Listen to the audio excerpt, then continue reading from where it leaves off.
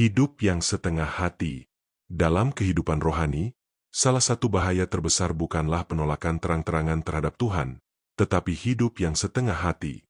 Kita masih percaya, masih beribadah, masih berdoa, tetapi hati kita tidak sepenuhnya milik Tuhan.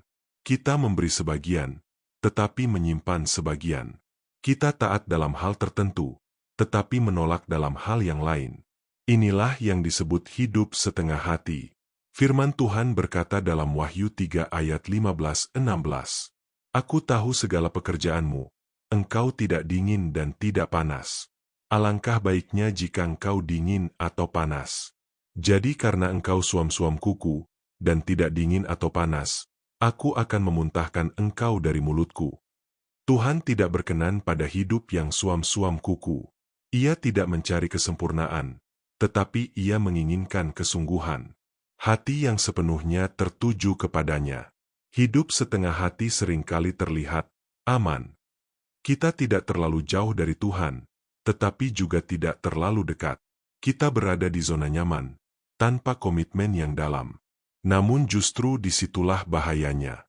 Karena kita merasa cukup, padahal kita tidak sungguh-sungguh bertumbuh. Kasih kita kepada Tuhan menjadi biasa saja. Doa menjadi rutinitas. Firman Tuhan tidak lagi menyentuh hati. Kita menjalani iman tanpa gairah. Yesus berkata dalam Matius 22 ayat 37, Kasihilah Tuhan, Allahmu, dengan segenap hatimu dan dengan segenap jiwamu dan dengan segenap akal budimu. Tuhan tidak meminta setengah hati. Ia meminta seluruh hati kita. Mengapa kita sering hidup setengah hati? Karena kita masih terikat dengan hal lain. Kita ingin Tuhan, tetapi juga ingin dunia. Kita ingin taat, tetapi juga ingin mengikuti keinginan sendiri. Akibatnya, kita tidak benar-benar menikmati hubungan dengan Tuhan. Mazmur 119 ayat 2 berkata, Berbahagialah orang-orang yang memegang peringatan-peringatannya, yang mencari Dia dengan segenap hati. Ada sukacita bagi mereka yang mencari Tuhan dengan segenap hati. Bukan setengah-setengah, tetapi sungguh-sungguh. Hari ini, mari kita jujur melihat diri kita. Apakah kita mengasihi Tuhan dengan sepenuh hati? Ataukah kita masih hidup setengah hati? Tuhan rindu kita kembali kepadanya dengan kesungguhan. Ia ingin kita memiliki hubungan yang hidup, bukan sekadar rutinitas. Jangan puas dengan iman yang biasa-biasa saja. Jangan biarkan hati kita menjadi dingin atau suam-suam kuku. Ambillah keputusan hari ini untuk memberikan seluruh hati kita kepada Tuhan. Mulailah dengan langkah sederhana, sungguh-sungguh dalam doa, sungguh-sungguh dalam firman, dan sungguh-sungguh dalam ketaatan. Karena ketika kita memberikan seluruh hati kita kepada Tuhan, kita akan mengalami hadirat-Nya secara nyata.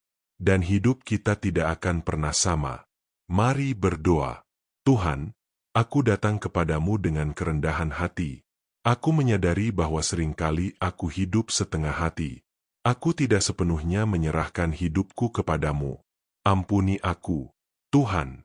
Ajarku untuk mengasihi Mu dengan segenap hatiku.